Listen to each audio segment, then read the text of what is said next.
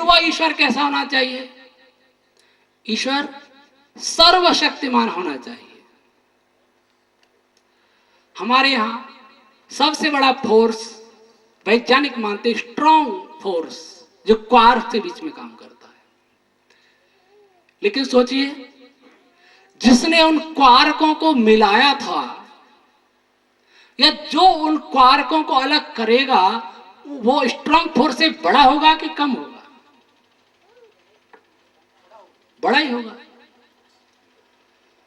जो फोर्स इस सूर्य से भी करोड़ों गुना सूर्यों को चलाता है, वह सर्वशक्तिमान होगा कि अल्पशक्तिमान होगा? सर्वशक्तिमान होगा।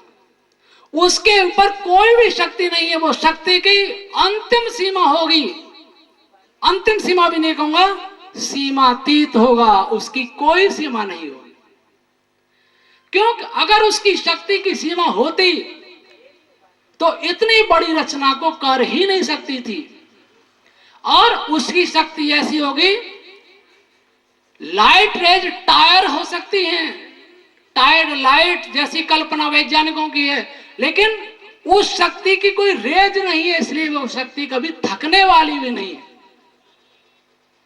6 दिन में खुदा ने सृष्टि को बना करके 7वें दिन विश्राम कर लिया, ऐसा ईश्वर नहीं हो सकता। अथक, जो कभी थक नहीं सकता है।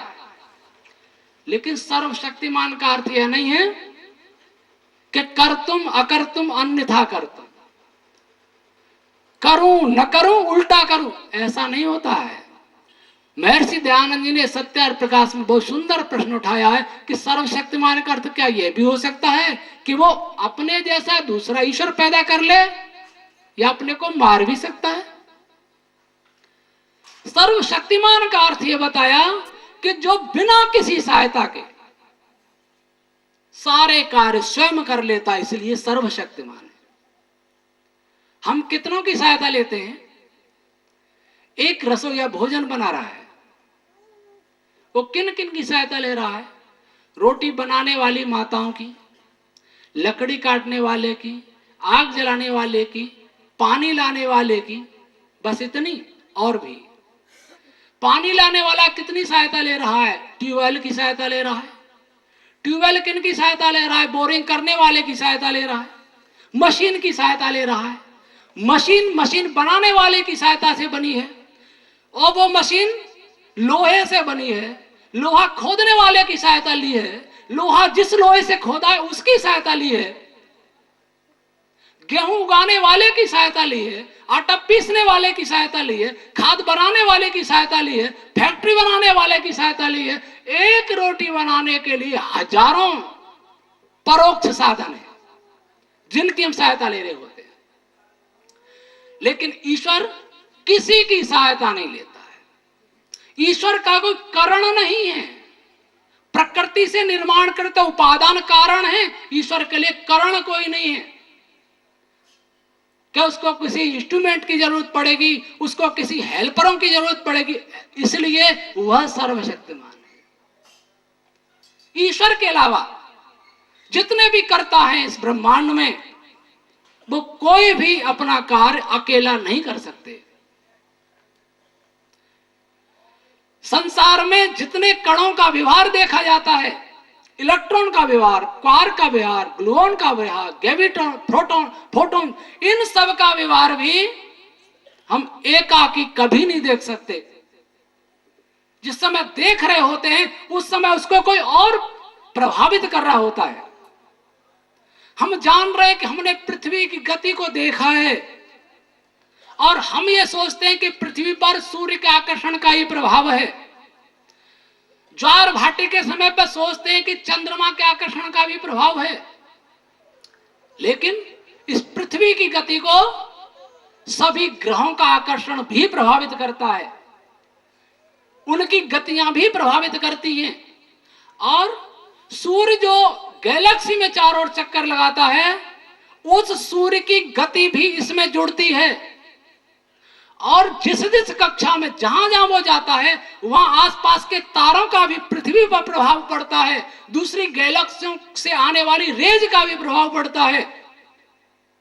तब इसकी यह गति है जिसको हम जानते हैं या जानने का प्रयास करते हैं। इस गति को बनाने में बहुत से कारण हैं, बहुत से कारण हैं, साधन है, लेकिन परमात्मा को यह सब करने में किसी भी कारण साधन की सहाय की आवश्यकता नहीं है, इसलिए परमात्मा सर्वशक्तिमान है।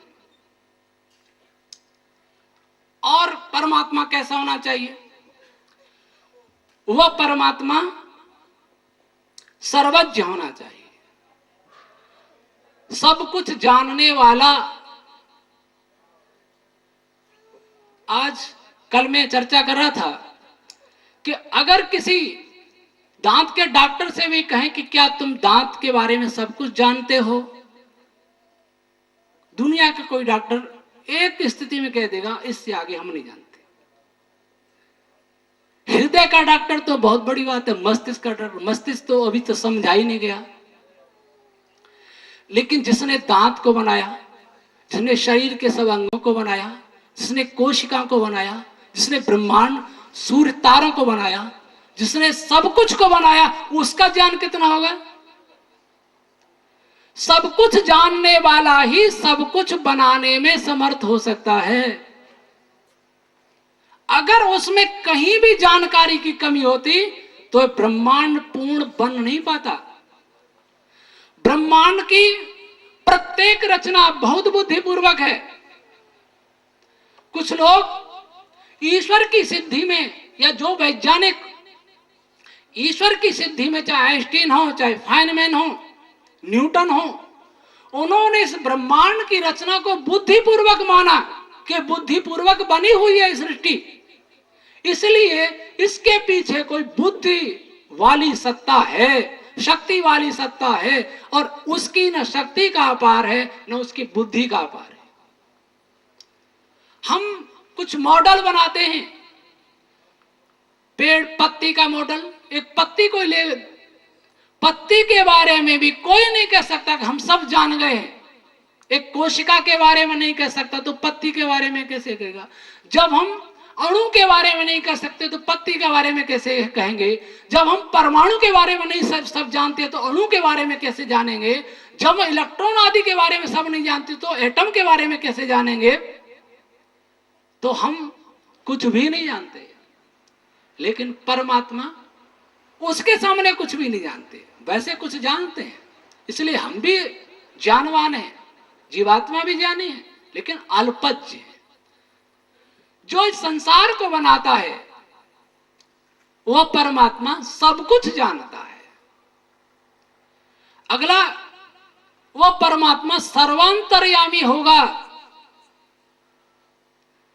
सर्वज्ञ के विषय में आपने जितने भगवानों के अवतार सुने हैं वो सब कुछ, कोई कहीं भूल करता है, कोई कहीं भूल करता है, कोई कभी प्रायश्चित करता है, वो कोई पश्चाताप करता है, ऐसा परमात्मा नहीं करता। सर्व अंतर्यामी, जो सबके मन की बात भी जान लेता है, सब में विचरण भी करता है, सबके अंतर में गमन करने वाला, गमन तो नहीं करता लेकिन सबके भीतर रहने वाला होता है। सर्वव्यापक है तो रहेगा ही, जानता सबकी इसलिए है क्योंकि सबके भीतर रहता है। बाहर से जानने के लिए भी साधन की जरूरत पड़ेगी, क्योंकि वह सबके भीतर रहता है इसलिए सबको जानता है, क्योंकि वह सबके भीतर रहता है इसलिए सबको गति देता है, क्योंकि वह सबके भीतर रहता है इसलिए वो सबको फल भी देता है। तो ये परमात्मा के सत आनंद स्वरूप। परमात्मा को कोई दुख नहीं होता। दुख किसको होता है? दुख उसको होता है जिसके पास किसी वस्तु का अभाव होता है, जो कहीं न कहीं से अपूर्ण होता है, उसको दुख होता है।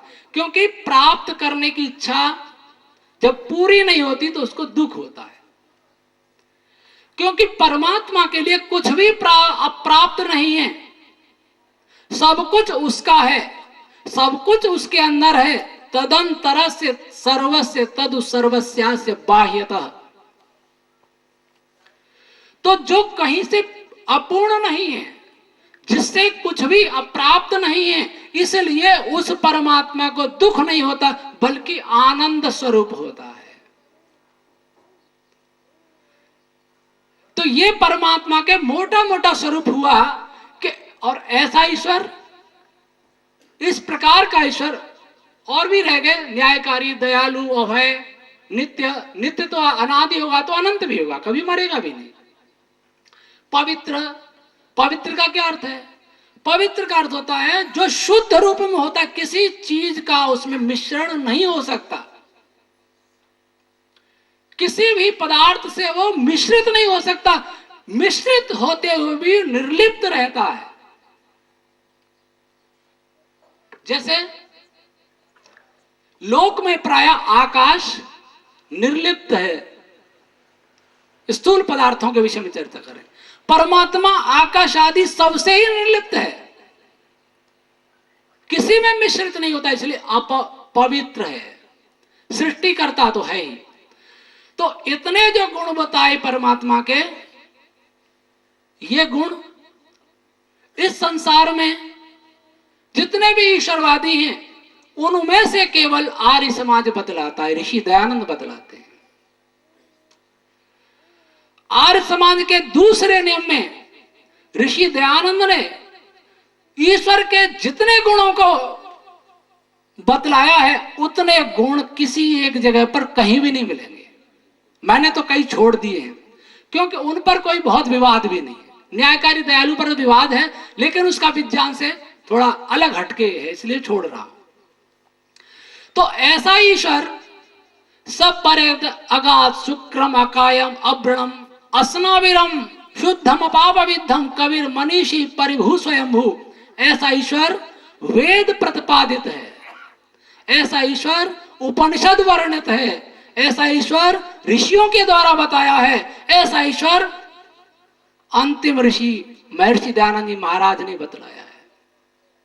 और वही ईश्वर अगर सारा संसार मान ले, सारा संसार एनर्जी के विषय में कोशिश करता, हम एक हों, एक मत हो जाए, एनर्जी क्या है, मैटर क्या है, स्पेस क्या है, टाइम क्या है, इलेक्ट्रॉन क्या है, वैसे अगर संसार के लोग, संसार के वैज्ञानिक ईश्वर विषय पर चिंतन करें कि ईश्वर तत्व है कि नहीं है तो कैसा है, तो एक ही प्रकार का ईश्वर सारे संसार के लोगों को प्राप्त होगा और वह ईश्वर ही वैदिक ईश्वर होगा, वेदोक्त ईश्वर होगा, ऋषि प्रोक्त ईश्वर होगा। तब ईश्वर के नाम पर जो भी विवाद हैं, ईश्वर के नाम पर जो भी दुकानें चल रही संप्रदायों की, वो बंद हो जाएंगी।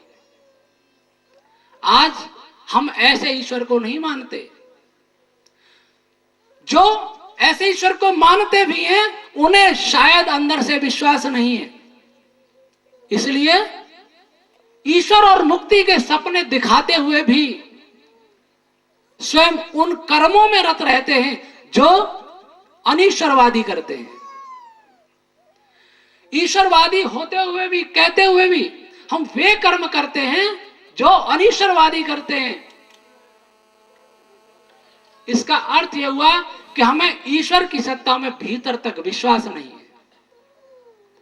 मैंने इस विषय को इसलिए लिया था कि ईश्वर सिद्ध होगा तो सारी मानव जाति एक होगी, ईश्वर का यथार्थ स्वरूप संसार के सामने आएगा तो सारी मानव जाति का कल्याण होगा।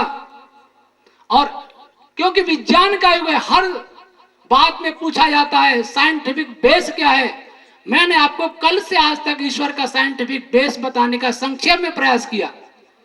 अब कोई कहे कुछ बातें थोड़ी सी कर लूं, कोई कहे ईश्वर है, प्रैक्टिकल मैथ क्या इसमें कुछ काम करेगा? मैंने बताया, कल भी चर्चा की थी, साइंस वाले कहेंगे हम तो उसी को मानते हैं जिसको हम प्रैक्टिकल से सिद्ध कर लेते हैं। पिछले 30 सालों में स्ट्रिंग थ्योरी पर बहुत काम हुआ। इंग्लैंड का एक वैज्ञानिक है ली स्मोलिन, और उसको डॉक्टर बसंत जी ने भी बहुत गंभीरता से पढ़ा है उनकी पुस्तक को। ट्रेवल्स विद फिजिक्स उनकी पुस्तक है। और उस व्यक्ति का दिल भी बहुत साफ है मुझे लगता है। एक तो रिचर्ड फाइनमैन का दिल साफ है और एक ली स्मोलिन का दिल साफ है, बाकी किसी वैज्ञानिकों का दिल साफ मुझे नहीं दिखाई दिया।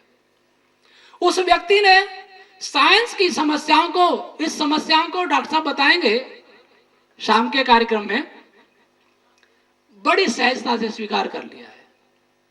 उसने यह भी बताया कि साइंस वाले किस किस प्रकार से पक्षपात करके साइंस को आगे डेवलप नहीं होने देते, कैसे पक्षपात भी आते हैं, कैसे कैसे भेदभाव भी आते हैं, रंग भेद भी आता है, बहुत सी बातें आती हैं। यही कारण है कि भारतीयों को नोबेल कम मिला करता है। तो स्मोलिन ने लिखा है कि स्ट्रिंग थ्योरी पर 30 वर्ष काम हुआ, लेकिन 30 वर्ष में कोई बड़ी खोज नहीं हुई है। और स्ट्रिंग थ्योरी पर काम करने वालों के ऊपर 2 नोबेल पुरस्कार विजेताओं का कमेंट है कि हम ये नहीं जानते कि स्ट्रिंग थ्योरी है कि संकेत है या कल्पना है। 30 साल हजारों लाखों वैज्ञानिक दुनिया के लगे रहे और परिणाम में नोबेल पुरस्कार विजेता कहते हैं ये थ्योरी है कि कल्पना है। वहां तो कोई नहीं बोलता, या हमसे कहते हैं प्रैक्टिकल लाओ। मैंने कल स्टीफन हॉकिंस का बताया था, वो कहते हैं कि प्रैक्टिकल से कोई चीज प्रमाणित हो जाए इसका अर्थ यह नहीं कि वो सत्य ही है। 50 प्रमाण मिलने के बाद भी एक ही प्रमाण प्रैक्टिकल में अगर असिद्ध हो गया तो खंडित हो जाएगा। और जैसा कि मैंने बताया था, प्रैक्टिकली गुरुत्वाकर्षण को हम सब जानते हैं, प्रयोग करते हैं। आज तक गुरुत्वाकर्षण को कोई नहीं पता लगा सका गुरुत्वाकर्षण होता क्या, फिर भी प्रैक्टिकली है। तो कई प्रैक्टिकल हम गहराई से नहीं जानते। प्रैक्टिकल तो मिस्त्री भी जानता है, लेकिन मिस्त्री साइंटिस्ट नहीं है। अब रही मैथ की बात। मैथ के विषय में फाइनमैन ने कहा है कि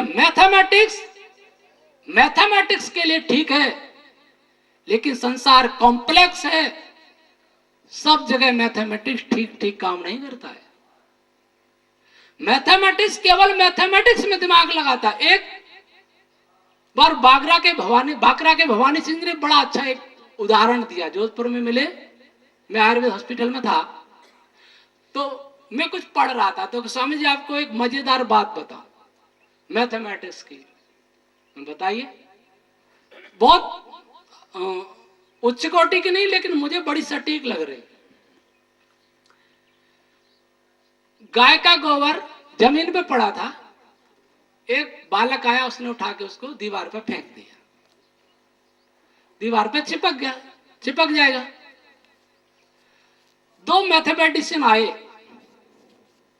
उन्होंने इस गोबर को दीवार पर देखा, आपस में चर्चा करें कि गाय ने गोबर किस एंगल पर खड़े होकर किया होगा, वो गोबर पहुंचा कैसे। और कागज कलम लेके बहुत सारी कैलकुलेशन करते रहे, उनकी समझ में आया नहीं। तभी वहां से किसान आ रहा था, उसने कहा क्या समस्या है कि ये समस्या है। उसने गोबर पड़ा दूसरा फेंक दिया दीवार पर, इस एंगल से गोबर किया। तो सब जगह मैथमेटिक्स नहीं चलता, ईश्वर में मैथमेटिक्स नहीं चलेगा। मैं एक बात और कह के समाप्त करता हूं। ईश्वर सारे संसार को बनाने में कैसे व्यवहार करता है, क्या वो इन्वॉल्व होता है उसमें? जैसे रोटी को बनाने में एनर्जी बनी, वो रोटी में चली गई, उसमें इन्वॉल्व होगी, सम्मिलित हो गई, उसकी रासायनिक रचना बदली आटे की। ईश्वर कैसे करता है? ईश्वर किसी में इन्वॉल्व नहीं होता है, किसी में मिश्रित नहीं होता है।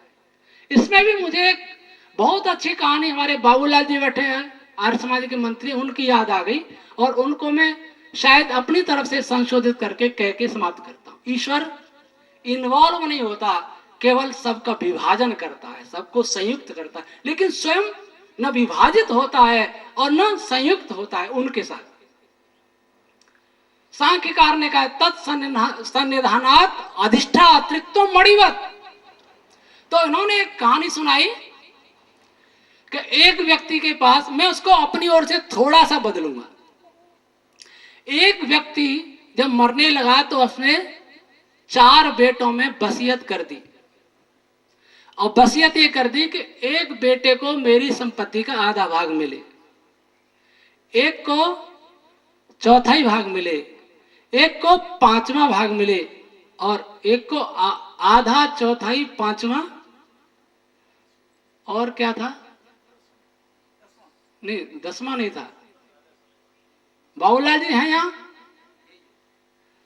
हाँ, आधा 3 भाग करने का था, 3, आधा, चौथा और 5वां भाग। अब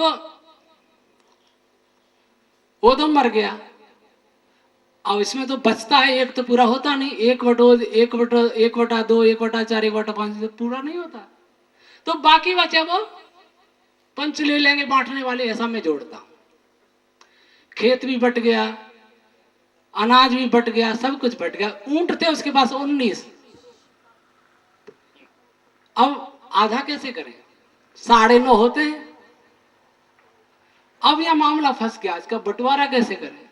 सब चीज तो बांट दी, बाकी बचा जो पंचों ने ले लिया, लेकिन इसको बांटना कैसे रहा 19 ऊंटों को? बहुत समस्या आई। तो एक ऊंट सवार बाहर का उस गांव में जा रहा था, उसने कहा कि ये लोग इकट्ठे क्यों हैं सारे गांव वाले? तो उन्होंने कहा कि ये समस्या है। उसने, बस ये थोड़ी सी बात है, मैं बंटवारा करता हूं। 19 ऊंट कहां हैं तुम्हारे? कि वो खड़े हैं। उसने वहां अपना ऊंट भी बांध दिया। कितने? 20। अच्छा, आधा 10 इसको दे दो, चौथाई 5 इसको दे दो, पांचवा 4 इसको दे दो, एक बचा, एक में अपना लेके जा रहा हूं। ईश्वर ऐसा ही करता है, इन्वॉल्व नहीं होता लेकिन बंटवारा कर देता है, इन्वॉल्व नहीं होता, संयुक्त कर देता है यह ईश्वर। और बंटवारे का उसने कुछ पेमेंट भी नहीं लिया, उसका ऊंट अपना ही था। दूसरों ने बंटवारे का पेमेंट लिया, जो बचा था भाग, लेकिन उसने कोई पेमेंट नहीं लिया, वो अपना ही ऊंट लेके जैसा था वैसा ही, उसमें कोई परिवर्तन नहीं हुआ। ऐसे ईश्वर संसार को रचता है लेकिन संसार के उपादान कारण में इन्वॉल्व नहीं होता है। मैं समझता हूं ईश्वर का विषय आपकी समझ में कुछ आया होगा, और इसमें कुछ शंकाएं हैं तो कल तक तो किसी ने लिखी नहीं, जो चर्चा आई थी वो मैंने बता दी, और कोई शंकाएं तो बता दीजिए, क्योंकि अभी अमेटा साहब को जाना है, इनका व्याख्यान होना है। अशोक जी उदयपुर यूनिवर्सिटी के फिजिक्स डिपार्टमेंट के हेड किसी कारण नहीं आ पाए, उनका अपना पेपर पढ़ के सुनाना है। उसके बाद शाम का कार्यक्रम होगा। कोई इसमें आपको प्रश्न है तो बता दीजिए।